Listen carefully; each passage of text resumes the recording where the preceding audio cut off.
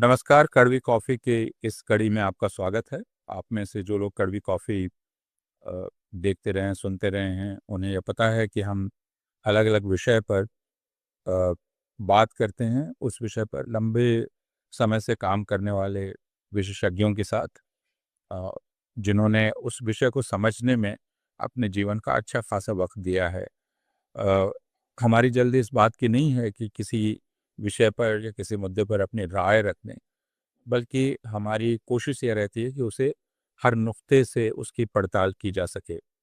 तो ये ज़रा ठहर कर इत्मीनान से की जाने वाली बातचीत का एक सिलसिला है और अ, आज की कड़ी में हम कुमार राणा से इसी तरह की एक बात करने जा रहे हैं। कुमार राणा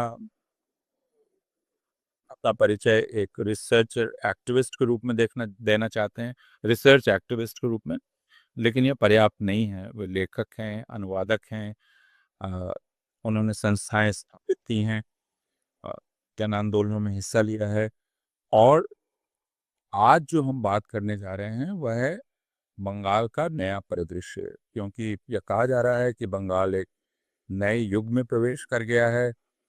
युगांतर हुआ है बंगाल में। अ, बंगाल पर भारतीय जनता पार्टी ने अपनी पताका, विजय पताका फहरा दी है और बंगाल में पुराने ज़माने का खात्मा हो गया है। तो चूंकि कुमार बंगाल को बहुत करीब से और बहुत गहराई से जानते हैं, मैं यह विश्वास के साथ कह सकता हूँ कि भौगोलिक रूप से भी बंगाल के हर इलाके को वे जानते हैं और सामाजिक रूप से भी वे बंगाल के हर स्तर को अच्छी तरह से पहचानते हैं और उनसे उनका जीवन संपर्क है। प्राथमिक शिक्षकों के साथ लंबे समय से वे काम कर रहे हैं और प्राथमिक शिक्षक एक तरह से समाज के बारे में सूचना देने वाले या उसका तापमान बताने वाली पहली कड़ी। अ, तो कुमार अभी रांची में रह रहे हैं, लेकिन आज वे कलकत्ते में हैं और उनसे हम बात कर रहे हैं यह समझने के लिए कि यह जो कहा जा रहा है कि बंगाल एक नए युग में प्रवेश कर गया है और यह प्रवेश जो हुआ है वह कोई क्रांति के माध्यम से नहीं हुआ है। हालांकि ये क्रांति से कम नहीं है। यह एक स्वाभाविक जनतांत्रिक प्रक्रिया के तहत हुआ है, जो भारत में चुनाव है। चुनाव के जरिए परिवर्तन होता है। तो क्या यह वास्तव में एक स्वाभाविक और वैध जनतांत्रिक प्रक्रिया थी जिससे यह परिवर्तन हुआ है? हम यहाँ से बातचीत शुरू करें। आपका स्वागत करने के साथ ये प्रश्न आपके सामने है कुमार। एक जनतांत्रिक पहला तो है कि electoral democracy is not perfect, ये हम लोग जानते हैं। लेकिन इलेक्टोरल डेमोक्रेसी कुछ हद तक लोगों को एक हक देता है अपना जो उम, अपना अपना शासक को चुनने के लिए, कौन उनके शासक होंगे वो चुनने के लिए। लेकिन जनतांत्रिक, तो इस जनतांत्रिक में भी इस बार जो हुआ है, जो अ, कोई थ्रेट से कम नहीं है, जो है कि जिन्होंने शासक को चुनेंगे उन्हें ही इस प्रक्रिया से हटा दिया गया।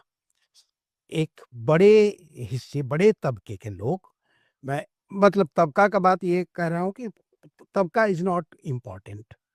27 लाख 34 लाख तरह तरह का फिगर जो है, सो ये आ रहे हैं, लेकिन वो इम्पोर्टेंट नहीं है। फिगर ये इम्पोर्टेंट है कि एक भी व्यक्ति जो अ, नागरिक हो, इस देश के बालिग हो और नागरिक हो, तो उनको इस प्रक्रिया में वोट, अपना चुनाव, अपना मतदान के प्रक्रिया में शामिल होने का पूरा हक ये निश्चित करना है। तो अब इसमें जो है, मैं गांधी के पास लौट जाता हूँ कि द लास्ट मैन जिनके आंसू पोंछना है, ये जो आइडिया है, उस आइडिया से हम लोग पूरे यू टर्न करके एक ऐसा आइडिया में चले आए हैं, क्योंकि इस पर आप भी लिखे हैं, आप बोले भी हैं कि ऐसा कि हमारे जो सर्वोच्च न्यायालय हैं, वो भी इनको एक कैजुअल तरीके से कि अच्छा ठीक है, इस बार नहीं तो अगले बार वोट डाल दीजिएगा। ये मुझे लगता है कि ये एक अ, जनतांत्रिक भारतीय भारतीय इंडियन डेमोक्रेसी के लिए एक थ्रेट है। ये एक एक मोड़ है, एक थ्रेट है और इसी से हम लोगों को इलेक्शन को देखना चाहिए। बीजेपी का सपोर्ट नहीं है वेस्ट बंगाल में, ये कोई नहीं कहेगा। बीजेपी का सपोर्ट है, लोग वोट डाले हैं, बहुत सारे लोग बीजेपी को वोट डाले हैं। हम लोगों से बात किया तो लोग बोले और क्यों वोट डाले वो भी बोले। और अभी ऐसे भी लोगों से मेरी कल परसों कुछ बात हुई, वो बोले गलत कर दिए, बीजेपी को नहीं डालना चाहिए था। So there are many things, लेकिन ये नहीं है कि बीजेपी को सपोर्ट नहीं था। देखिए वो तो अलग बात हो गया, सपोर्ट है या नहीं है वो तो अलग बात हो गया। पहला बात है कि जो चुनेंगे उनके एक हिस्सा को आप बाहर कर दिए और उसके बाद इलेक्शन कर दिए। उस इलेक्शन को कहाँ तक फेयर कह सकते हैं हम लोग?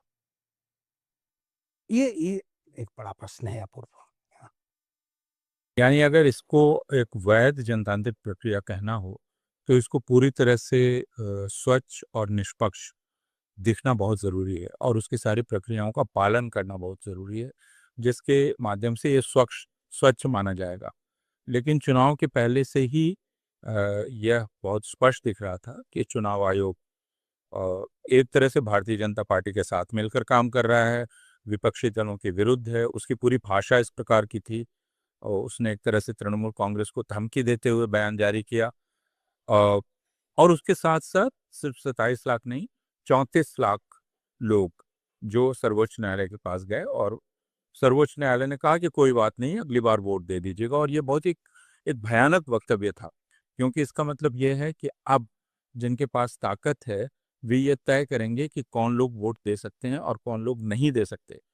तो फिर आप उस पूरे नतीजे को वैध कैसे कह सकते हैं? पहली बात तो यह है जो आप कह रहे हैं। दूसरी बात यह है कि चुनाव जिस प्रकार हुआ है वो जो अ, मान्य प्रक्रिया है, वैधानिक और जिसको सर्वोच्च न्यायालय ने भी कहा है, उसका उल्लंघन करते हुए कहा कि हुआ है। यानी चुनाव में आप वोटों की गोलबंदी जो करते हैं, उसमें क्या आप धार्मिक घृणा का सहारा ले सकते हैं या धार्मिक अपील का? सर्वोच्च न्यायालय ने कहा नहीं। बाला साहब ठाकरे को उसने 6 साल के लिए मना कर दिया था चुनाव लड़ने से इसी वजह से। लेकिन इस बार बंगाल में पूरा चुनाव भारतीय जनता पार्टी ने मुसलमानों के विरुद्ध घृणा प्रचार के जरिए किया। तो यह एक दूसरा अवैध तरीका था जिसने इस चुनाव को दूषित बना दिया। तीसरा, जिसे परकला प्रभाकर ने कहा कि दो बातें और थीं 34 लाख लोगों को हटाने के साथ कोई 7 लाख लोगों को अंतिम क्षण में जोड़ने की, जिसकी कोई व्याख्या नहीं दी गई। तो आपने 34 लाख को हटाया, 7 लाख को जोड़ दिया, जिसके बारे में आपने बताया नहीं, किसी को पता नहीं है वो कैसे जोड़ा गया, कैसे जुड़ा। अ, तो आप अ, मतदाताओं को ही तय कर रहे हैं कौन मतदाता होगा, अनुकूल मतदाता। तो दूसरे ये प्रक्रिया, तीसरे जो परकला ने कहा है वह है चुनाव के समय जब वोटिंग हो रही थी, 6 बजे शाम को जब बंद हुई वोटिंग, उस समय कितने लोग बूथ में खड़े थे, इसकी संख्या चुनाव आयोग आज तक जारी नहीं कर रहा है। और उसमें जो इन्होंने गणना की परकला ने, उसके हिसाब से उनका कहना यह था कि उसके बाद 6 बजे के बाद जितने लोगों ने वोट दिया है वह एक असंभव संख्या है और उससे संदेह पैदा होते हैं। तो ये पूरी प्रक्रिया इसलिए संदिग्ध प्रक्रिया है और इससे जो नतीजा आया है इसलिए वह संदिग्ध नतीजा हो जाता है। लेकिन यह दूसरी बात है, हम इसको यहीं छोड़ते हैं। हालांकि यह बहुत गंभीर है और भारत के हर राज्य के लिए यह उतना ही आवश्यक है इसको समझना और इसको रोका जाना। फिर भी हम आगे बढ़ते हैं और हम ये समझने की कोशिश कर रहे हैं कि आपने कहा कि भारतीय जनता पार्टी के समर्थक थे। अ, उसके पहले तृणमूल कांग्रेस 15 साल पहले 2011 में 37 वर्ष के वाम मोर्चे के शासन को खत्म करके आई थी, तो वह भी एक युग परिवर्तन था। तो इतना बड़ा जो जन आधार था तृणमूल का, वह जनाधार एक दूसरे जनाधार से रिप्लेस कैसे हो गया, बदल कैसे गया, क्या हुआ, वो कौन सी सामाजिक प्रक्रियाएं थी जो चल रही थी, कौन से सामाजिक तबके थे जो इसमें हिस्सा ले रहे थे, इसको किस प्रकार हम समझें इस परिवर्तन। उसके पहले एक जोड़ दूं मैं, इस जो जो चुनाव का प्रक्रिया होता है हिंदुस्तान में, ये बड़ा, इसमें कभी कभी तो मजाक बन जाता है। देखिए, मेरा जो कॉन्स्टिट्यूंसी है, इसमें भारतीय जनता पार्टी के कैंडिडेट कुछ 300 कुछ मतों से विजयी घोषित किए गए, लेकिन उसके पहले तृणमूल कांग्रेस कांग्रेस के जो कैंडिडेट थे वो 300 कुछ मतों से विजयी घोषित किए गए थे, घोषित कर दिए गए थे, और वेबसाइट में नाम आ गया था उनका। उसके बाद बीजेपी उनका पुनर्गणना, अब जब सारा कुछ इलेक्ट्रॉनिक और ये डिजिटल, ये तो कोई हाथ से काउंटिंग नहीं ना हो रहा है। पहले के ज़माने में हम लोग जब इलेक्शन के बूथ में रहते थे, वो हाथ से गिनना पड़ता था। वो 4 डंडी दे कर के, फिर 1 दे कर के जो वो टैली मार्क लगाना पड़ता था। ये तो ऐसा नहीं है। सो हाउ कम कि एक एक एक इलेक्शन का डिक्लेयर हो जाने के बाद फिर गिनती होता है, और फिर उसका जो है नतीजा बदल जाता है।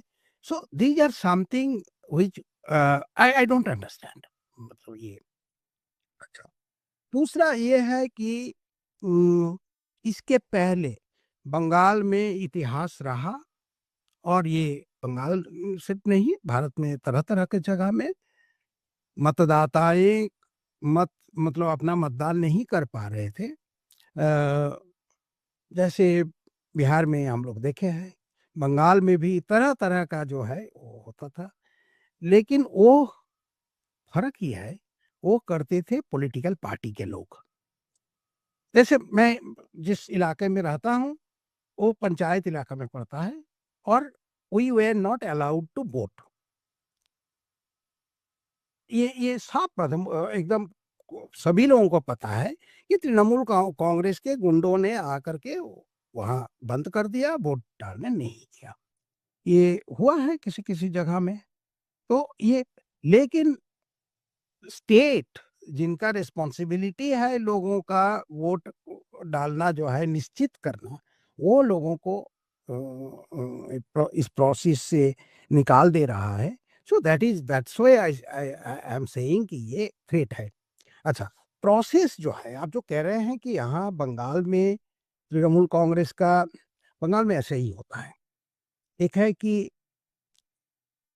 2006, आपको याद होगा 2006 में जो बुद्धदेव भट्टाचार्य का फेमस स्टेटमेंट था, हम 230 हैं और वो 30 हैं।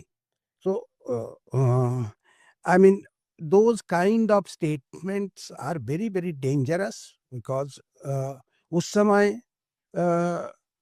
जो दोनों दोनों पक्ष में जो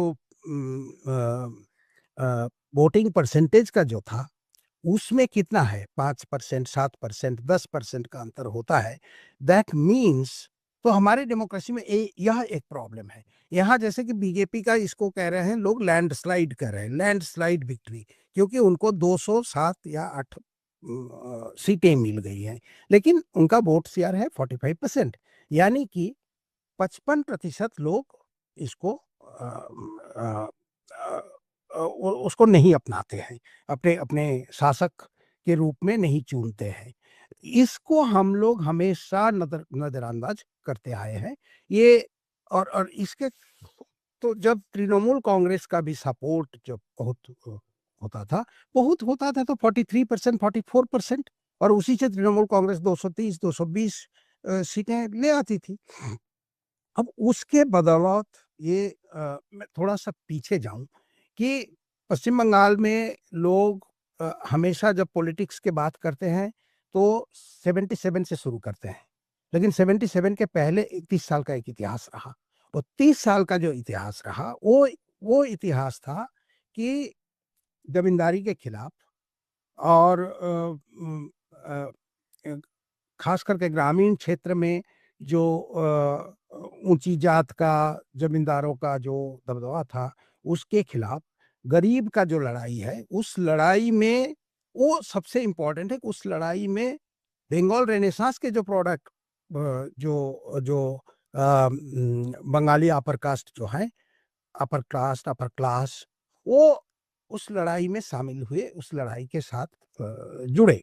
वो मान के मतलब ये तेभागा से शुरू हुआ था, उसके बाद नक्सलबाड़ी हुआ, फूड मूवमेंट हुआ, ये सारे कुछ में। और इसका नतीजा हुआ कि 77 जो एक दूसरी ओर एक मोर डेमोक्रेटिक एक सोसाइटी बनाने की ओर बंगाल शुरू किया था।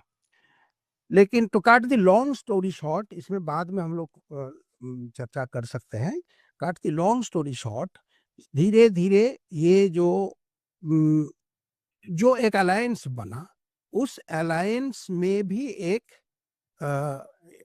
इंटरेस्ट का कॉन्फ्लिक्ट होने लगा।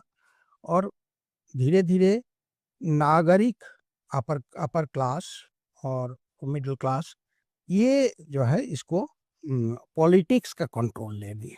सो पॉलिटिक्स,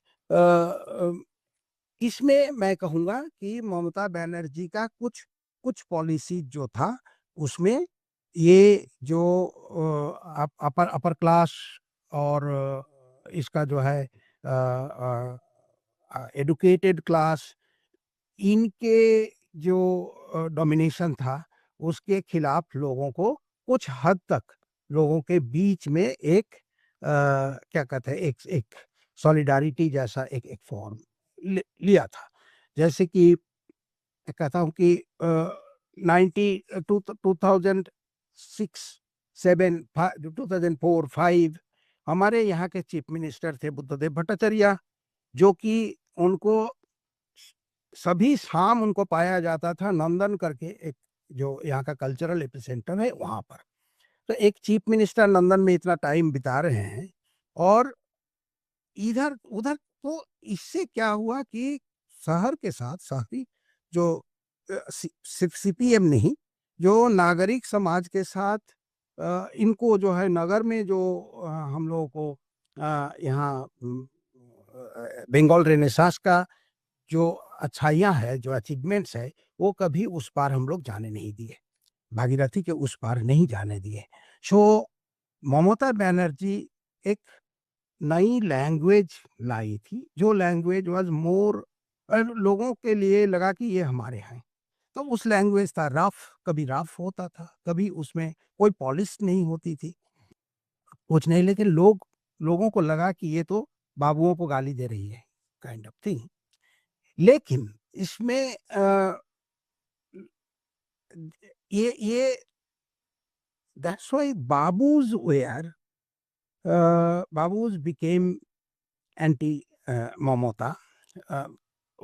जो ममता का इस बार आप देखिएगा कि हमेशा इवन सीपीएम के हे डे में, लेफ्ट फ्रंट के हे डे में भी ममता साउथ कलकत्ता से जीती थी। उसमें Congress was always the, I mean Congress का शहर ऑलवेज कांग्रेस का डोमेन ही हुआ करता था, शहर ऑलवेज तृणमूल कांग्रेस का डोमेन हुआ करता था। जब भी मतलब लेफ्ट फ्रंट के हे डे में भी यहाँ सुब्रतो मुखर्जी जीतते थे, यहाँ सोमेन मित्रा जीतते थे, तो कांग्रेस ये। लेकिन यह इस बार तृणमूल का ये जो ढह गया एकदम, तृणमूल शहर से पूरा निकल गई। तो इसका एक है कि मुझे लगता है कि ये जो बंगाली मिडिल क्लास, वो छटपटा रहे थे कि उनका वर्चस्व नहीं चल रहा है, वो छटपटा रहे थे। They we are trying to find another another patron. तो बीजेपी में वो पैट्रॉन उनको मिला। मुझे ये कहने में कोई मतलब I am more than sure about it. जो लोगों से आप बात करेंगे तो आपको पता चलेगा कि जिस तरह से लैंग्वेज इस्तेमाल किया जाता है। I am not a fan of Mamata Banerjee. Mamata Banerjee was autocratic, her rule was autocratic, लेकिन जिस तरह से लैंग्वेज उनके खिलाफ इस्तेमाल किया जा रहा है, जिस तरह से स्लोगन्स अभी भी जो चल रहे हैं, अभी भाई ममता बनर्जी का गवर्नमेंट खत्म है, उनके पार्टी टिकेगी कि नहीं कोई पता नहीं है, लेकिन फिर भी जो हमारे वामपंथी दलों के लोग, उनके मेन अटैक अभी भी ममता बनर्जी के मिसरूल के ऊपर है, जहाँ की होना चाहिए था कि एक भाई ये हम लोग को मान लेना पड़ेगा कि नया गवर्नमेंट आया है, तो वी हैव टू हाँ, ये गवर्नमेंट आई है, इसी सिस्टम में हम लोग काम करते हैं, तो इस गवर्नमेंट से हमारा क्या अपेक्षा होगी, हम क्या उसके साथ मेरा डिमांड्स क्या होगा। तो ये तो कोई मतलब जो कोई एक सेन आदमी, वो तो इसी लाइन में सोचेगा ना कि जो मर गया है उसी के ऊपर जो है खंडा चलाएगा। सो यह एक जो है थोड़ा-सा इसमें आपको लगेगा कि मैं जो बोल रहा हूँ उसमें बहुत सारा लूज़ एरियाज़ भी हैं जिसको कनेक्ट करना पड़ेगा। सो इट नीड्स टाइम, लेकिन मोटा-मोटी तौर पर यह हो गया। And secondly rural Bengal, rural middle class जो है, and they are rural middle caste also. So rural middle caste after 1982-83 इसी समय के बाद रूरल मिडिल क्लास के हाथ में वो लैंड रिफॉर्म का फायदा सबसे ज़्यादा उन्हीं को मिला। सो दे गॉट सम पावर, और जब भी किसी भी पार्टी पावर में है उसी तरफ वो उनका रुझान उसी तरह रहता था। और उनका पिक्यूलियर जो फ्यूडल जो लैंड रिलेशन का रेजिड्यूज जो है, कैपिटलिस्ट एग्रीकल्चरल प्रैक्टिसेस शुरू हुआ है, लेकिन फ्यूडल लैंड रिलेशंस का रेसिड्यूज, फ्यूडल मतलब एग्रेरियन रिलेशंस का रेसिड्यूज अभी तक है, जिसके चलते ये landed middle peasants, not very big peasant, यहाँ कोई जमींदार तो रहा नहीं, middle peasants. But middle peasants क्या हुआ, because of globalisation, because of many other government policies, इसके चलते वो देखो डाइवर्सिफाई देयर इकोनॉमिक एक्टिविटीज। कोई जमीन में काम कर रहा है, कोई दुकान कर रहा है, सेम सेम परिवार में दुकान कर रहा है, जमीन में काम कर रहा है, जो कि वर्किंग क्लास के लोगों के बस का नहीं था। सो जो पुराने जो उनका एक जजमानी जैसा था कि उनके खेत में हम मेहनत नहीं करेंगे, वो हमको काम नहीं देगा तो हम भूखे मर जाएंगे। सो एक तरह का जो है जो लॉयल्टी वर्किंग क्लास का था इस इन एम्प्लॉयर के प्रति, वो लॉयल्टी बरकरार रहा। और अभी तक भी ये कुछ लोग, वामपंथी लोग, इस भ्रम में थे कि बागदी बावड़ी ये जो लोअर कास्ट जो है वो हमको वोट देते हैं क्योंकि ये खेतिहार मजदूर हैं। ऐसा नहीं था, ऐसा नहीं था। ये वोट डालते थे इसलिए कि इनके एम्प्लॉयर लेफ्ट को वोट डालते थे। ये बड़ा विचित्र चीज़ है कि इस कॉन्ट्रडिक्शन को मतलब समझ नहीं पाना। तो बहुत स्वाभाविक रूप से ये जो मिडिल कास्ट औ और middle caste and middle class, rural middle caste and middle class, इनका हिस्ट्री है कि they were untouchables, formerly untouchables.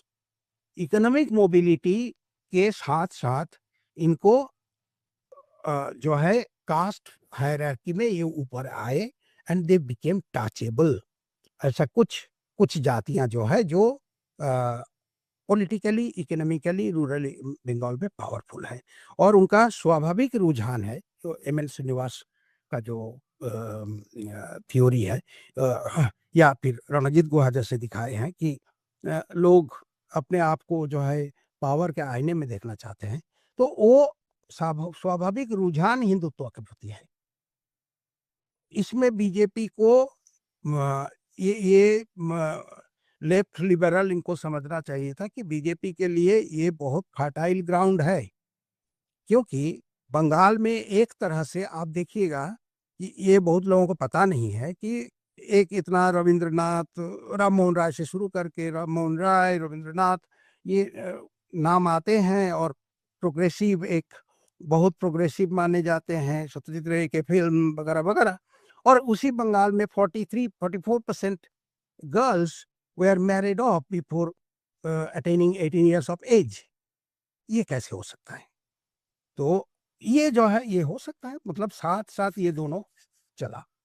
तो यहाँ मेरे ख्याल से इसको ममता बनर्जी का वो वो पावर में तो आए और तुरंत कुछ जो है पॉपुलिस्ट कुछ प्रोग्राम्स लिए, गाँव के लोग उनके साथ रिलेट कर पाए, गाँव के ख़ास करके गरीब तबके के लोग, वुमेन उनके साथ रिलेट कर पाए। लेकिन उनको आगे ले जाने के लिए कैपेबिलिटी एक ऐसा चीज़ है कि कैपेबिलिटी एक जगह स्थिर नहीं रहता है। कैपेबिलिटी आप उसको अगर थोड़ा-सा बढ़ने देंगे तो और वो बढ़ना चाहेगा। तो यही हुआ कि बंगाल में ₹1,500 का जो मैया सम्मान झारखंड का है, यहाँ लखीर भांडार। सो लखीर भांडार में वो लोगों को अ, अपूर्व पिछले 3-4 साल में बंगाल के स्ट्रीट में जो लड़ाई हम लोग देखे, उसमें एक तो था कि मिडल क्लास अ, का वो टीचर्स अपॉइंटमेंट को लेकर के, करप्शन को लेकर के बहुत सारे वो हुआ धरना वगैरह। लेकिन वर्किंग क्लास का लड़ाई जो हम लोग देखे, वो था वुमेन का। ये mid day meal workers demanding I mean rightly demanding higher wage, वो तो वेज भी नहीं कहा जाता है। मिड डे मील वर्कर्स को बाय द वे इनका जो है वो हमारे यूनियन मिनिस्टर अन्नपूर्णा देवी, उन्होंने बोला कि नहीं, नहीं इनको तो ये एम्प्लॉयी नहीं है, ये क्या है यहाँ इनको कर्मी नहीं माना जाएगा, ये तो वॉलंटरीली करती हैं। तो वॉलंटरीली तो हम लोगों को सबको पता है आईएएस, आईपीएस मिनिस्टर कोई वॉलंटरीली नहीं करेगा, लेकिन औरतें जो है वॉलंटरीली काम करेंगी। तो इ इन ये सड़क पर आए और कई बार आशा वर्कर्स वो सड़क पर आए कई बार। ये जो आ पाए इसमें लेकिन मैं कहूँगा कि ये लखीर भांडार का एक भूमिका थी। यह भूमिका कि सड़क में आने के लिए उनको कम से कम बस का किराया देने के लिए तो पैसा चाहिए, वो कहाँ से आएगा? So these are very nuanced connections but very important connections. लेकिन ममता बनर्जी का वो विज़न नहीं था कि कैसे इसको पढ़ाया जाए। एजुकेशन, प्राइमरी एजुकेशन इसका हालत इतना खराब है, यू कैनॉट इमेजिन। हेल्थ लोगों का जो है स सारा कुछ जो है बहुत हॉस्पिटल बन गया। मतलब हेल्थ और एजुकेशन में बीजेपी का जो जिस तरह से बीजेपी देखती है, बीजेपी नॉट आरएसएस, मतलब बीजेपी का गवर्नमेंट्स जिस तरह से बाकी स्टेट में चलाते हैं, यहाँ कोई फ़र्क नज़र नहीं आया, कोई नज़र नहीं आया। दूसरा है छुट्टी पे छुट्टी, सारा कुछ, कुछ भी होता है। Even election commission is also I mean we must question the election commission. इस बार एसआईआर को लेकर के करीब 84,000 स्कूल टीचर्स, उनको 6 महीना तक उसी में लगा रहना पड़ा।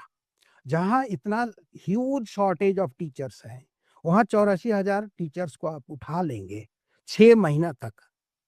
मतलब ऐसे ही कभी भी कुछ होता है। हमारे पॉलिटिकल पार्टीज़ ये एक बड़ा प्रॉब्लम ये है कि दे डोंट टॉक अबाउट अभी कोई कोई जो मुद्दा होना चाहिए था। ये क्योंकि कुछ भी हो जाता है, माओइस्ट के खिलाफ लड़ना है, तो मिलिट्री जाकर के पहले प्राइमरी स्कूल को ले लेता है और प्राइमरी स्कूल बंद, ठीक है? कुछ भी होता है, इलेक्शन होता है, प्राइमरी स्कूल, ये काउंटिंग होता है, प्राइमरी स्कूल। सो ये जो चीज़ है, तो ममता बनर्जी का विज़न भी उसमें कोई अलग नहीं था। ये वो जैसे चल रहा है, चल रहा है, ठीक है? Second corruption, she had no control on it, ये तो था ही। ये सभी लोगों को पता है करप्शन था।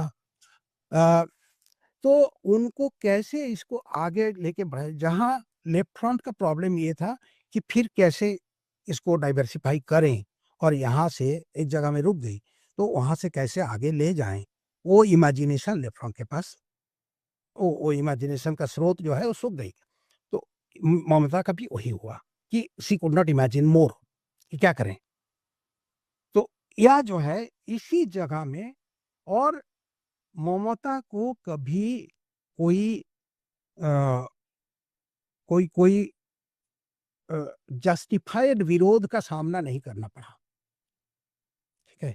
जो भी विरोध हुआ है, वो करप्शन को लेकर के, उसको लेकर के, लेकिन लोगों का जो जो डिमांड है, एनआरईजी ये हुआ, हेल्थ का जो है, जो जो मैं बता रहा हूँ, अभी मैं एक बता रहा हूँ, 2019 में पार्लियामेंट में एक अश्विनी कुमार एक जवाब दिए, एक एक प्रश्न के उत्तर में, कि बंगाल में जो कमियां थी, सब सेंटर का कमियां थी 21%, जितना होना चाहिए उससे 21% कम। सब सेंटर एकदम नीचे स्तर पर है हेल्थ का। पीएचसी का कमियां थी 58%। तो कुछ कुछ दर्शकों को मैं बता दूं कि हम लोग तय किए थे स्वतंत्रता के बाद, देश तय किया था कि एवरी 30,000 पॉपुलेशन एक पीएचसी होगा। इसमें और भी कुछ बारीकियां हैं, schedule caste schedule tribe area में कुछ कम, 20,000 एक्सेट्रा एक्सेट्रा, उसमें मैं नहीं जा रहा हूँ। ये एवरी 30,000 पॉपुलेशन पर एक पीएचसी होगा, नहीं है एवरी 100,000 पॉपुलेशन पर एक सीएचसी होगा। बंगाल में ये 35% कम है, बिहार में और भी ज्यादा कोई कह सकते हैं, लेकिन हम लोग we are not comparing with Bihar, we are comparing with the declared norm. मतलब कभी भी हम लोग जब बात करते हैं, ये एक बड़ा प्रॉब्लम है हमारे प्रधानमंत्री से लेकर के, कि हम तो अरे पाकिस्तान से आगे, हम लोग we are not comparing with Pakistan, और we are not comparing with Sri Lanka, we are comparing with our norms. हमारे नॉर्म्स क्या है, और उन नॉर्म्स के साथ हम लोग कहाँ तक ईमानदारी कर पाए। सो इस मामले में ममता बनर्जी का बहुत बड़ा फेलियर रहा, वो सोच नहीं पाई और कुछ कर नहीं पाई। और उसका I don't know how to articulate, वो जो अ, ये जो करप्शन वाला जो मामला जो है, इस वैक्यूम को फिल किया करप्शन, बिकॉज करप्शन एक एट्रोसिटी, एक एक्स्ट्रा इकोनॉमिक कोअर्सन, इस इसके और जो है कुछ लोगों को बना दिया, एक गुट बना दिया, जो कोअर्सन के माध्यम से, कोअर्सन के द्वारा लॉयल्टी एग्जैक्ट करते रहे। एक दूसरा प्रश्न भी है जो खासकर बिहार, उत्तर प्रदेश, यहाँ तक कि राजस्थान वगैरह के समाज की व्याख्या करते समय प्राथमिक इकाई के रूप में जाति को देखा जाता है।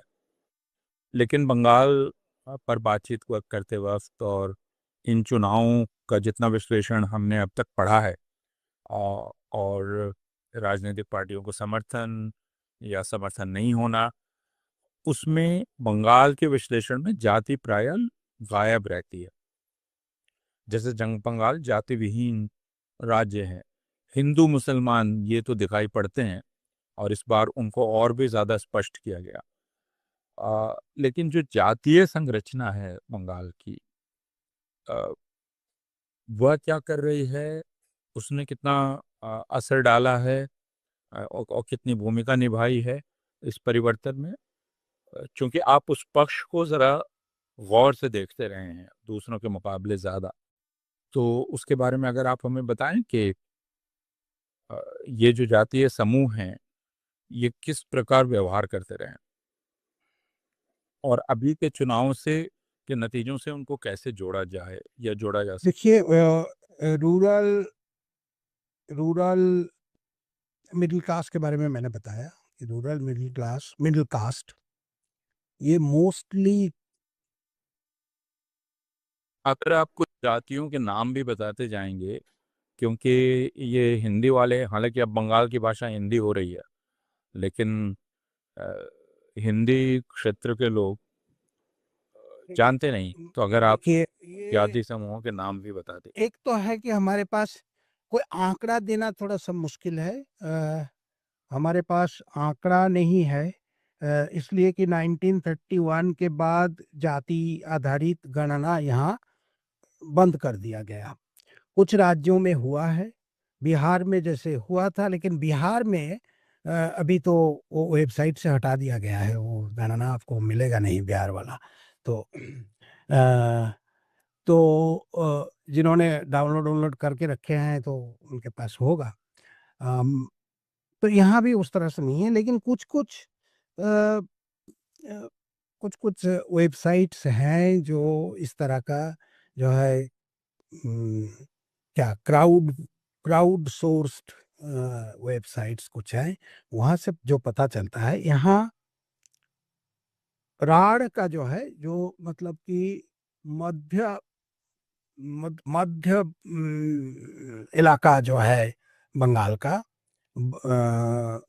ये हुगली, वर्धमान, बीरभूम, ये राढ़ इलाका हो गया, मुर्शिदाबाद ये राढ़ हो गया, ये फिर पूरा मध्य मध्य बंगाल को अगर ले, वर्धमान, हुगली, इसमें एक जाति है सदगोप, जो कि जिनका अपवर्ड मोबिलिटी हुआ सदगोप में फ्रॉम गोप। ये कोई ये हर जगह में होता है, हर जगह में इसका हिस्ट्री है, लेकिन बंगाल में शायद कुछ ज़्यादा ही है इस तरह का मोबिलिटी, और बिकॉज ऑफ इट्स पास्ट उसमें तो हम लोग नहीं जा। तो फिर एक जाति है सदगोप का पॉपुलेशन करीब 30 लाख, बट इनका जो है they they command over a population certain times higher than their own population. So एक है माहिष्य। माहिष्य ये पूर्व मेदिनीपुर, हुगली, ये और नोदिया, इनमें इनका वर्चस्व है। एंड माहिष्य एक जाति जो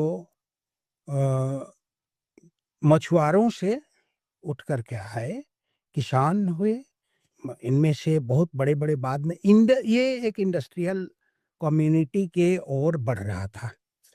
यहाँ जो हमारा हावड़ा में दासनगर करके एक जगह है, वो जगह बनाया था आला मोहन दास। तो आला मोहन वॉज एन इंडस्ट्रियलिस्ट। वो यहाँ कलकत्ता शहर में मूढ़ी बेचते थे और कहीं रेंगून चले गए, करते करते सो ही mastered engineering industry.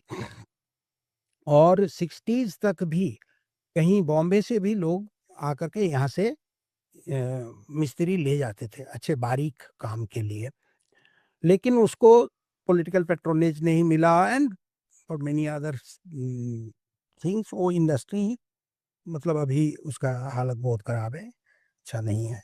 But apart from that, इनमें से एक पॉलिटिकली भी वो पहले से they became powerful. Like Biren Sasmal यहाँ के कांग्रेस प्रेसिडेंट बने थे, स्टेट प्रेसिडेंट, प्रदेश कांग्रेस कमेटी जो होता था उसका प्रेसिडेंट बने थे, लेकिन अपर कास्ट कांग्रेस लीडर्स उनको नहीं माने, बोले नहीं। और यह बोला गया था एक जेलेर बेटा हमारे नेता हवे, एक मछुआरा का बेटा हमारा नेता बनेगा। तो दिस काइंड ऑफ थिंग्स, तो ऐसा नहीं है कि यहाँ कास्ट नहीं है, caste was very much there. So ये माहेश्वर कम्युनिटी जो है वो भी कुछ हद तक मतलब इनको politically they are powerful in rural belt, और इनको थोड़ा सा इकोनॉमिक डाइवर्सिफिकेशन भी कर पाए हैं, जैसे कि वो हिस्ट्री है कि दासनगर जैसा वो बनाए थे। तो इस तरह से और भी कुछ कुछ कम्युनिटीज हैं, तेली हैं, तंबूली हैं, ये सारे जो है वो जो नवोसाक कहते हैं, 9 कम्युनिटी जिन्होंने अनटचेबल से टचेबल हुए थे। तो ये मिडिल रैंक का एक जो ग्रुप्स हैं, ये इनके पास रूरल एरियाज का कंट्रोल के साथ साथ कुछ कुछ अभी इनको अर्बन एरिया में भी इन लोगों का कुछ कुछ अपना कुछ सेंटर्स बना, कुछ पावर सेंटर में कुछ जगह कर भी लिए हैं। तो ममता के समय में या इन कम्युनिटीज़ के कुछ लोगों को एटलीस्ट डिस्ट्रिक्ट लेवल तक अच्छा खासा वो मिला था। लेकिन एक दूसरे इसमें एक वो हो गया कि बिकॉज ऑफ एक मुसलमान डायनामिक्स आ गया। तो क्योंकि ममता एक वो शी वाज अपेरेंटली प्रो मुस्लिम, लोग उनको प्रो मुस्लिम करके जानते थे, लेकिन ये इतना और उनके टाइम में बहुत जगह में जैसे कि बीरभूम, वर्धमान, ये सब इलाके में मुसलमान का एक लीडरशिप उभर करके आया। ये इतना सरल नहीं है कि ममता बनर्जी ने उनको बैठाल दी। ये मेरे ख्याल से जो मुझे लगता है कि 2004 में जो सचार रिपोर्ट आया, सचार रिपोर्ट आने के बाद बंगाल में जो एक उथाल-पथाल मच गया और 2005 में आया शायद सचार रिपोर्ट। तो उथल-पथल जो मच गया यहाँ पर, तो मचने के बाद मुसलमान में 2 चीज़ हुआ। एक हुआ कि पॉलिटिकल एजिटेशन, स्ट्रीट पॉलिटिक्स, और वो 2011 के इलेक्शन में उसका एक रिफ्लेक्शन हुआ।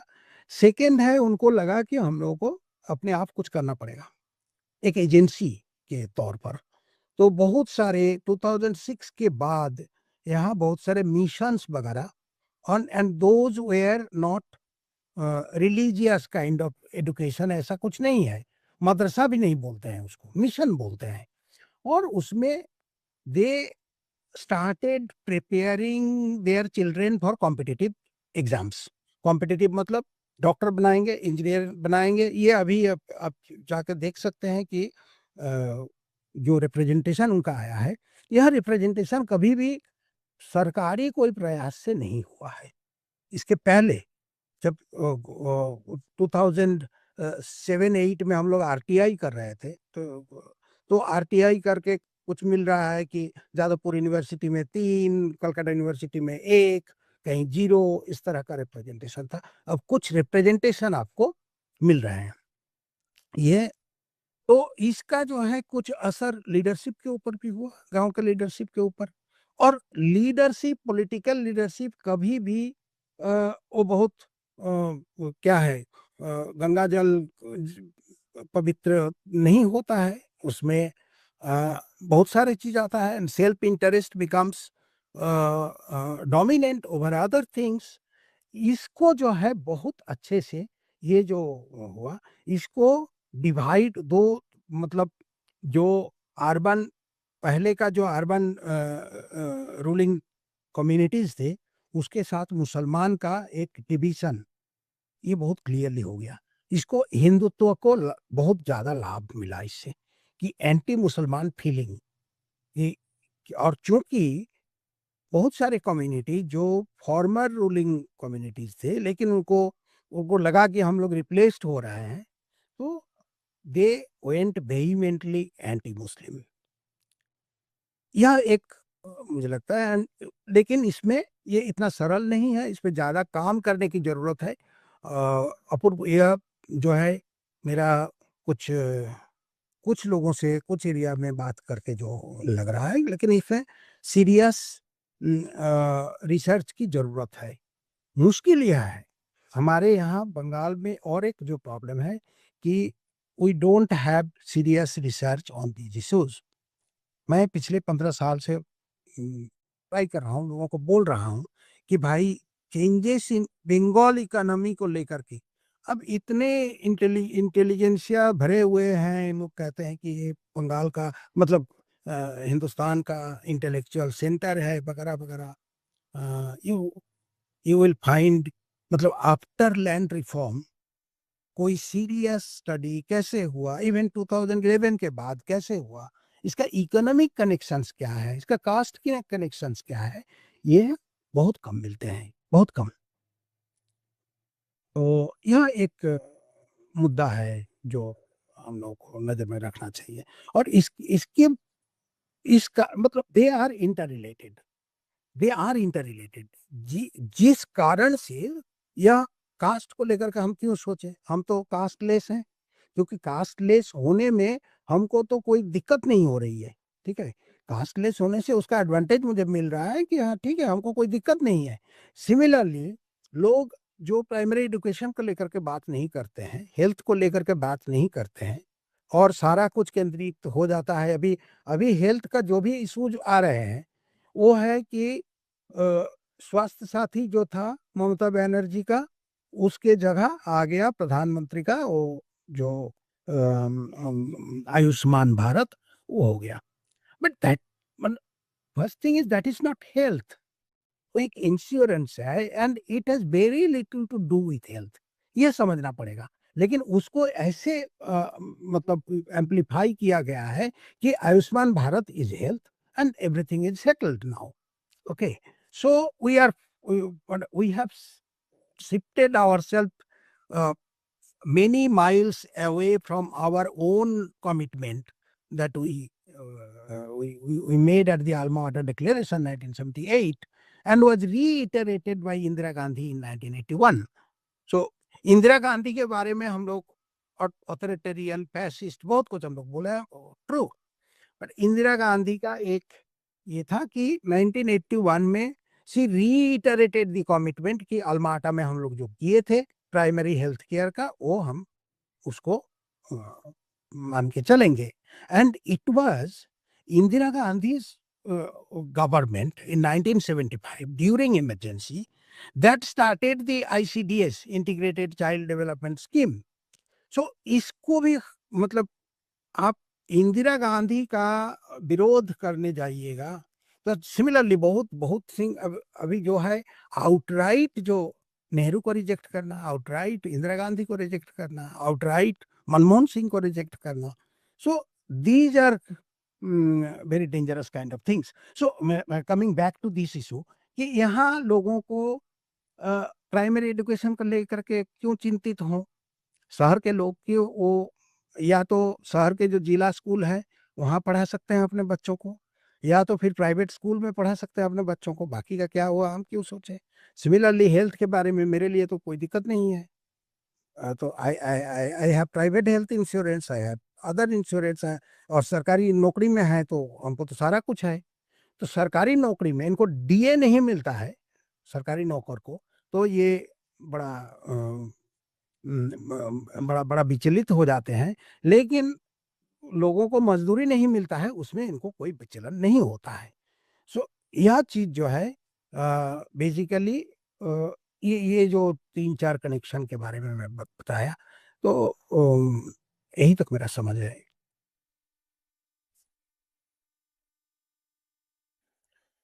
हाँ, ये खासा पेचीदा है और जैसा आपने कहा कि चूंकि हमारे पास बहुत अध्ययन नहीं है इसको लेकर, तो बहुत निश्चित तौर पर कुछ कहना कठिन है। और ये बड़ी अजीब बात है, जैसा आप खुद कह रहे हैं कि हम इतना विश्लेषण कर बैठते हैं, लेकिन हमारे पास उसके लिए प्राथमिक जानकारी अ, या जो ज्ञान का आधार होना चाहिए वो नहीं है।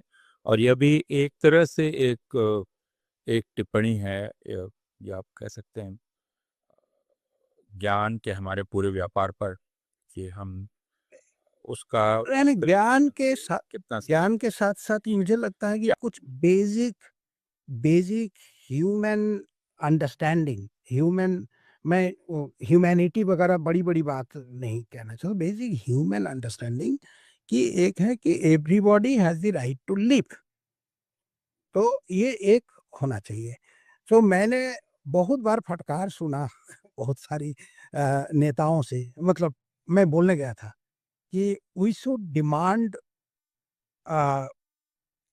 हम लोगों को एक मांग रखना चाहिए कि जो अनऑर्गेनाइज्ड सेक्टर के जो मजदूर हैं उनको तो छुट्टी नहीं है।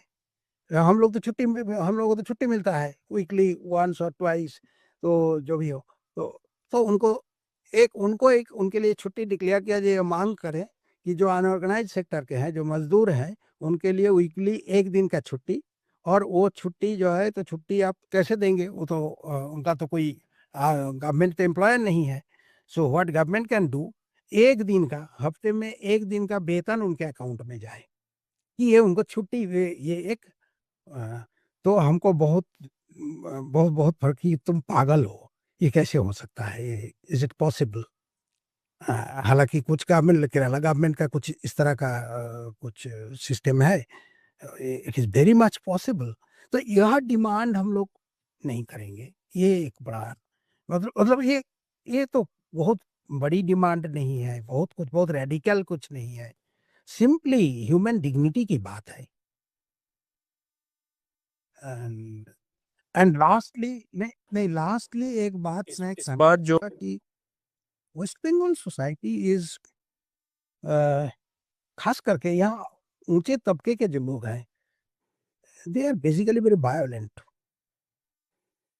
वायलेंट, ठीक है। नहीं तो इस बार 2026 में आकर के टैगोर के देश के आदमी इसको इसका विरोध नहीं हुआ, यहाँ कोई विरोध नहीं किए। इस बार 2026 में आकर के वंदे मातरम का फुल 6 स्टैंजा गाना पड़ेगा। ये जो सरकारी जो है हुक्म आया है, सरकारी जो जो ऑर्डर आया है, इट्स ऑर्डर। तो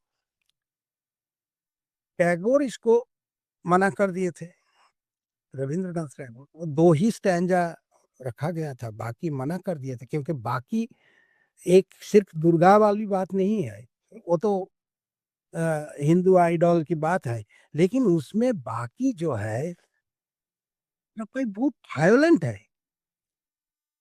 कोटि कोटि भूजर धृत खर कर वाले, कोटि कोटि आप पढ़े हैं पूरा वंदे मातरम? एक विचित्र लैंग्वेज में लिखा हुआ है हिंदी और बांग्ला मिला करके वो भी कैसे एक्सेप्टेड हुआ मुझे पता नहीं। कोटि कोटि भुजर धृत खर कर वाले, मतलब कोटि कोटि भुज में उसमें जो है खंडा लेकर के। सो यह अगर किसी राष्ट्र का गान हो सकता है, so then you can imagine. और उसका कोई बंगाली जो है उसका कोई विरोध नहीं किया, और उनको शायद मजा ले रहा है कि अच्छा है साहित्य सम्राट को मिल गया, हमारा साहित्य सम्राट। ओके, क्यों ना वायलेंस के लिए बोले, साहित्य सम्राट वो थे, उसमें कोई दो राय नहीं है। बंकिम के जो है उनका कंट्रीब्यूशन, वो उसमें कोई दो राय नहीं है। लेकिन जो उनके इस रचना में जो ईमानदारी का अभाव जो है, ठीक है, तो उसको लेकर के तो कोई चर्चा नहीं है। तो आपने वंदे मातरम पर बात की और वहां से हम उस दिशा में जाते हैं जो अभी बंगाल का सबसे ज्वलंत विषय है, वह है बंगाल के मुसलमान। क्योंकि इस पूरे चुनाव में, जैसा मैंने शुरू में कहा, कि यह चुनाव भारतीय जनता पार्टी ने मुसलमान विरोध के प्लेटफॉर्म पर लड़ा था। तो बाकी सारी चीज़ें हैं, लेकिन जो एक चीज़ परिभाषित कर रही थी भारतीय जनता पार्टी के चुनाव प्रचार को, वह था कि वह एक ऐसे हिंदू वोट को मोबिलाइज कर रहे हैं जो एंटी मुस्लिम वोट है। और उसके बाद हमें दिखलाई पड़ रहा है कि बुलडोजर चल रहे हैं, जो दोनों पर चल रहे हैं। सबसे पहले गरीबों पर और मुसलमानों पर, और मुसलमानों के खिलाफ हिंसा की घटनाएं बहुत बढ़ गई हैं। बकरीद अभी है, बकरीद में जो धमकी दी जा रही है वो धमकियां अपनी जगह हैं। जो शुभेंदु अधिकारी ने दिया, उसके बाद दिलीप घोष का मैं बयान पढ़ रहा था, वह बयान है कि नियम कानून लागू किए जाएंगे। तो क्या इसके पहले नियम कानून लागू नहीं किए जाते थे? तो ये जो बंगाल की मुसलमान समस्या है, समस्या के तौर पे जिसको सामने रखा जाता है, उसको कैसे समझें और आगे ये क्या रूप लेने वाली है? अभी देखिए यहाँ तो ये कॉन्फ्लिक्ट को दंगा के रूप देने के लिए सारा मसाला तैयार है, ठीक है, कभी भी कुछ करने के लिए। लेकिन अभी तक मुसलमान काफी संयत हैं, काफी संयम जो है दिखाए हैं, काफी सूझबूझ दिखाए हैं अभी तक। इसको लेकर के जो भी ऑर्डर आया है, ये बंगाल के वर्तमान सरकार जो भी ऑर्डर लाए हैं, ये गाय के कुर्बानी को लेकर के नमाज पढ़ना, फिर माइक नहीं बजाना, ये कानून में है। ऐसा नहीं है कि ये खुद इसको बनाए हैं, ये था 1950 का कानून था, कोई कभी कभी पुराना था। उनको पहले के मतलब बहुत बहुत सारे लोग आप जानते ही हैं कि बहुत कुछ जो है हमारे संविधान में और हमारे कानून में रह गया है जिसको नहीं रहना चाहिए था, हट जाना चाहिए था। तो लेकिन कोई परवाह नहीं किया कि इसीलिए परवाह नहीं किया कि भाई ये तो ठीक है, वो रह गया है, उसमें क्या है, वो तो माना कि गया बात है कि कुर्बानी होगा, ये लोग मान लिए थे। मुसलमान लोग शुक्रवार के दिन नमाज पढ़ते थे रोड पर, इसलिए कि मस्जिद में उतना जगह नहीं होता है, तो बहुत सारे लोग उस दिन आते हैं जुम्मे को, 5 मिनट 10 मिनट 15 मिनट के लिए रोड जाम होता है। लेकिन ये कानून था कि आप नहीं कर सकते हैं, ठीक है, वो कानून लगा रहे हैं। तो मुसलमान उसी तरह से रिस्पॉन्ड कर रहे हैं कि मस्जिद में पढ़ रहे हैं, कुर्बानी हम नहीं करेंगे, ठीक है, नहीं करेंगे, वो कर रहे हैं। तो मुझे नहीं पता कहाँ तक जो और इसमें लेकिन ये सिर्फ मुसलमान के ऊपर आक्रमण हो रहा है, मैं ऐसा नहीं देख रहा हूँ इसको। ये मुसलमान के ऊपर हो रहा है। एक तो वो आरएसएस आइडियोलॉजी, बीजेपी का आइडियोलॉजी उसके साथ, और इलेक्शन के टाइम में, इलेक्शन के बाद भी लोग बीजेपी के लीडर्स जो है वायोलेंट स्टेटमेंट दिए हैं, वो तो रहा। लेकिन मुसलमान के खिलाफ सिर्फ नहीं है, ये है कि गरीब के खिलाफ है कहीं भी। अब पूरे देखें, हावड़ा स्टेशन में, सियालदह स्टेशन में, सारे जगह में बुलडोजर चल रहे हैं। बुलडोजर मतलब सुप्रीम कोर्ट का मतलब क्या हैसियत रह गया है ये भी नहीं पता सुप्रीम कोर्ट का। तो ये है कि आप बुलडोजर नहीं चलाते हैं, चला सकते हैं, फिर उसका प्रोसेस करना है, कुछ नहीं, बुलडोजर चले जाते हैं, तोड़ देते हैं। तो यह जो है, और इसमें again middle class is very happy. तो जिस कारण से मुसलमान को अगर मारे तो मिडिल क्लास को दे आर वेरी हैप्पी, ठीक है, मुसलमान को पीटा जाएगा तो हमको क्या है, हमको कुछ नहीं है। तो सिमिलरली गरीब को पीटा जा रहा है तो हमको चलने में, रोड में चलने में आसान होगा, हमको करने में आसान होगा, और हमारे जेब में उतना पैसा है कि हम जाकर के शॉपिंग मॉल से जो जो जो बनता है वहाँ जाकर के, एयरपोर्ट में जैसे लोग 200-300 रुपया में कॉफ़ी पीते हैं, यहाँ भी स्टेशन पर जाकर के 100 रुपया में हम चाय पीते हैं, मेरे जेब में उतना पैसा है। So it's not only a Muslim issue, it's also a class issue. And Musalmans, जो हम लोग एक रिपोर्ट बनाए थे यहाँ के, the only public report on the condition of the Musalmans, मुसलमान, ये पब्लिकली फंडेड था, कोई सरकारी पैसा नहीं आया हुआ था। तो ये जो वॉलंटियर्स बनाए थे, और इसको बहुत अच्छे हिंदुस्तान के जाने माने स्टेटिस्टिशियन इसमें इन्वॉल्व थे, जाने माने इकोनॉमिस्ट इन्वॉल्व थे। उसमें उस रिपोर्ट में देखा गया था कि 80% of the Musalmans of West Bengal are मतलब अनऑर्गेनाइज्ड सेक्टर डे वर्कर्स। तो आप किसको कह रहे हैं, इसके बारे में। दूसरा यह है, अगर मुसलमान का इसको एक साइलेंट प्रोटेस्ट के रूप में अगर देखा जाए, कुर्बानी और मस्जिद वाला, तो यह साइलेंट प्रोटेस्ट अगर एक्सटेंडेड हो जाता है दूसरे दूसरे जगह पर, तो मिडिल क्लास को तो बड़ा प्रॉब्लम होगा। नल कौन बनाएगा, मोबाइल आपका खराब हुआ है कौन बनाएगा, आपका एसी खराब हुआ है कौन बनाएगा, मोटरसाइकिल खराब हुआ है, गाड़ी खराब हुआ है, एंटायर जो अनऑर्गेनाइज सेक्टर है, तो ये एंटायर अनऑर्गेनाइज सेक्टर का एक बड़ा हिस्सा जो है मुसलमान है। तो आप कहाँ से इसको रिप्लेस करेंगे। सो इस तरह से ये सिर्फ एक मुसलमान का ही प्रॉब्लम नहीं है, it is going to create a larger social economic problem. और इसको इमीडिएटली मेरे ख्याल से वो जो जो सेनर एलिमेंट्स जो है सोसाइटी में, उनको इस तरह से देखना चाहिए। बिल्कुल आपने ठीक कहा। जैसे अभी दिखलाई पड़ा बकरीद के पहले, आपने कहा मुसलमानों ने बहुत ही एक सावधानी के साथ उन्होंने स्टैंड लिया। और कहा कि हम गाय नहीं खरीदेंगे। लेकिन उससे जो अशांति फैली वो हिंदुओं में फैली, जो गाय बेचना चाह रहे थे। लेकिन इसको मीडिया ने बिल्कुल तवज्जो नहीं दिया, बल्कि किसी ने नहीं, और इस पर प्रायः बातचीत हुई ही नहीं कि यह जो एक बहुत बड़ा तबका है जो गाय बेचना चाह रहा है, और उसके अंदर जो बेचैनी होगी।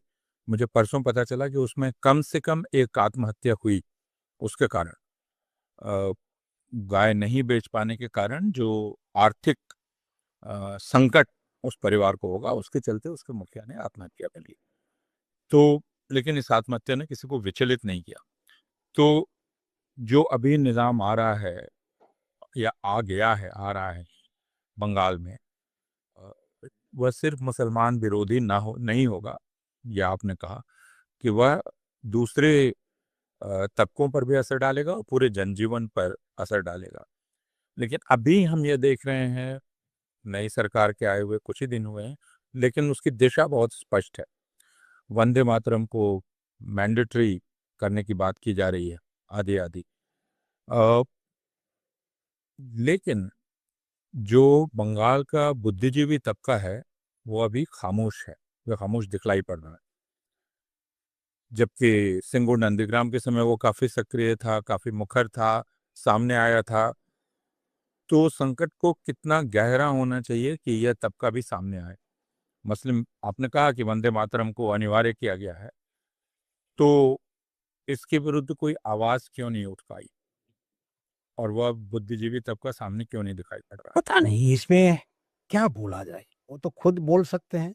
भाई यहाँ बुद्धिजीवी जो मीडिया से शुरू करते हैं, खुलेआम जो है यहाँ मंत्रिमंडल के सदस्य जो है वो खुलेआम जो है बयान दे रहे हैं, वायोलेंट बयान दे रहे हैं। मतलब ये ये मार मारपीट करने का जो है, चमड़ा उठा लेंगे, इस तरह का बयान खुलेआम ये बयान दे रहे हैं। तो ये तो एक हो गया। दूसरा है कि आप बोल रहे हैं कि किसी को पकड़ना है तो पकड़ करके कोर्ट में ले जाने का जरूरत नहीं है, उसको सीधे बीएसएफ का हाथ उठा दीजिए। ये पता नहीं कानून की इसको किस तरह से देखता है, लेकिन एक आम जनता के दृष्टि इस पर क्या होगा कि आप किसी को भी पकड़ करके आपको लगता है कि वो घुसपैठिया है, आपको या आपके पास अगर प्रूफ भी है कि घुसपैठा है, तो आप उसको बीएसएफ का हाथ में डाल दीजिएगा विदाउट एनी प्रोसेस। उसको कानून के पास कोर्ट में ले जाने का जरूरत नहीं है। इसके अगेंस्ट में तो कुछ नजर नहीं आ रहा है। जैसे कि वंदे मातरम मतलब वाला में बहुत बड़ा जो है विरोध होना चाहिए था, क्योंकि वंदे मातरम वाला जो है इनको तो पता भी है, जो यहाँ के बुद्धिजीवी हैं उनको ये बहुत चर्चित विषय है कि वंदे मातरम का ये जो गाना जो है ये बंकिम चंद्र का ईमानदारी का अभाव था। जो आनंद मठ जो उपन्यास है, उस उपन्यास उस उपन्यास में वो आ, उसमें जो है 1763 से 1800 इस बीच में जो जिसको सन्यासी विद्रोह कहा जाता है, सो एक्चुअली ये सन्यासी विद्रोह नहीं था। सन्यासी विद्रोह हेस्टिंग्स ने बोल दिया, ठीक है, तो उसी में से वो सन्यासी विद्रोह के रूप में। लेकिन उसके लीडर कौन थे? भवानी पाठक जैसे उसके लीडर थे, मंजूषा फकीर उसके लीडर थे, है ना, मूसा शाह उसके लीडर थे। तो ये सन्यासी फकीर विद्रोह था वो। तो यह जो है ये बहुत बड़ा डिस्टिंक्शन है। अब आनंद मठ को इस तरह से तोड़े मरोड़े और वो करके और फाइनली बोल दिए कि अंग्रेज आए हैं, अंग्रेज हमको, वो हम समझ सकते हैं कि उस समय भी जो 1882 में जब आनंद मठ आया तब भी बंकिम बाबू तब भी वो डेप्यूटी मजिस्ट्रेट थे उसमें, भारत सरकार का मतलब बंगाल सरकार का नौकर थे। तो मैं समझ रहा हूँ कि उसमें वो बोल रहे हैं कि नहीं ठीक है, मुसलमान को हरा दिया, अब चलो ये तो ठीक है। लेकिन इसको तोड़ मरोड़ करके ये पूरा घटना जो है जो अंग्रेज के खिलाफ था, तो उसको लेकर के आप नवाब के खिलाफ करवा दिए। एक यह तो इसको लेकर के ये लोगों को पता नहीं है, सो बात नहीं है। दूसरा है इसमें एक देश को लेकर के मैं जिस तरह से समझता हूँ कि देश को लेकर के हम अगर कोई गाना हो तो उसमें कतई वायोलेंस आ नहीं सकता है, क्योंकि मेरा जैसे एक देश है, दूसरे का भी कोई देश है, तीसरे का भी कोई देश है, तो देश में अगर वायोलेंस आ जाता है, immediately I am segregating myself from the entire human community. So ये यह चीज समझना चाहिए।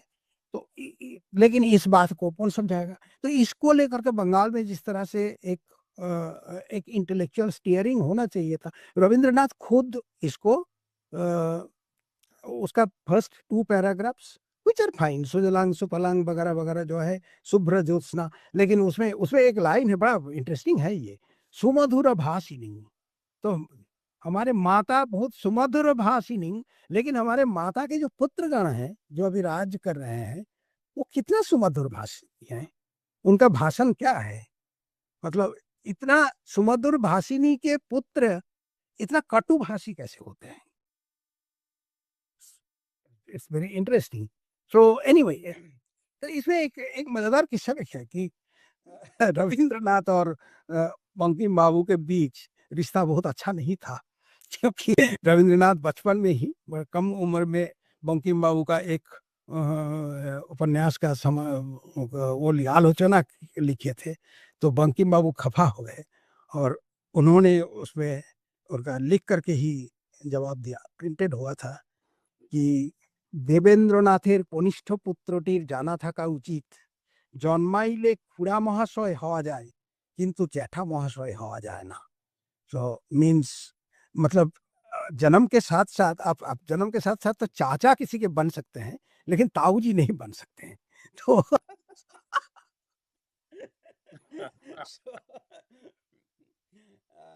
तो यह तो है। दूसरा है कि जिस पर अभी हमारे सामने जो एजेंडा होना चाहिए था, मिडिल क्लास का भी वो एजेंडा होना चाहिए, इनको समझना चाहिए।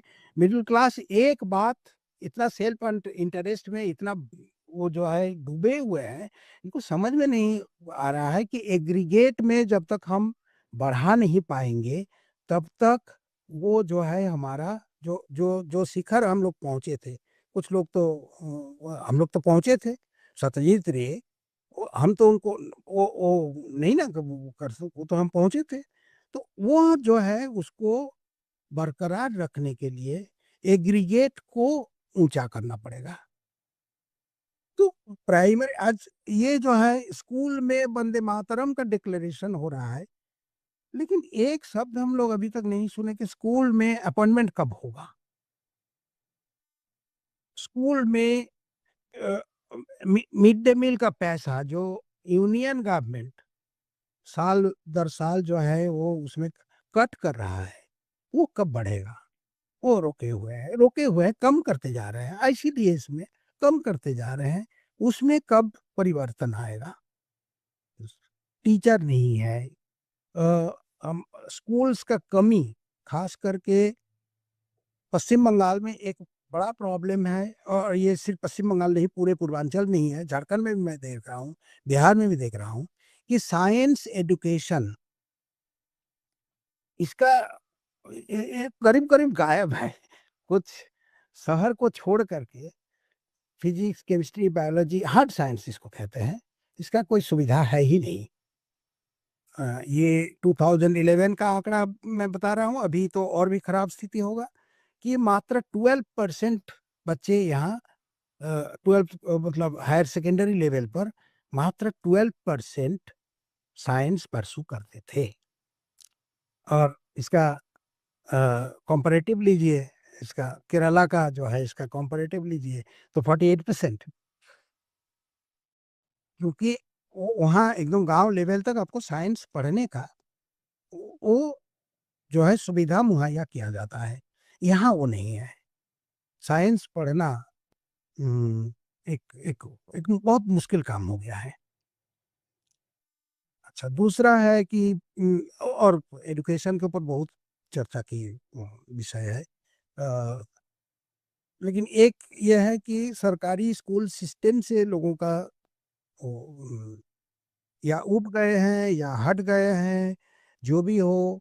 मेरा एक दोस्त बता रहा था कि उसके 1400 उसका एनरोलमेंट है उसके स्कूल में, और बच्चे आते हैं 150-200। बाकी दिन में प्राइवेट कोचिंग कर में चले जाते हैं, ऑनलाइन कोचिंग में चले जाते हैं, होते ही नहीं है। तो इस पर बात होना चाहिए या कि वंदे मातरम पर बात होना चाहिए?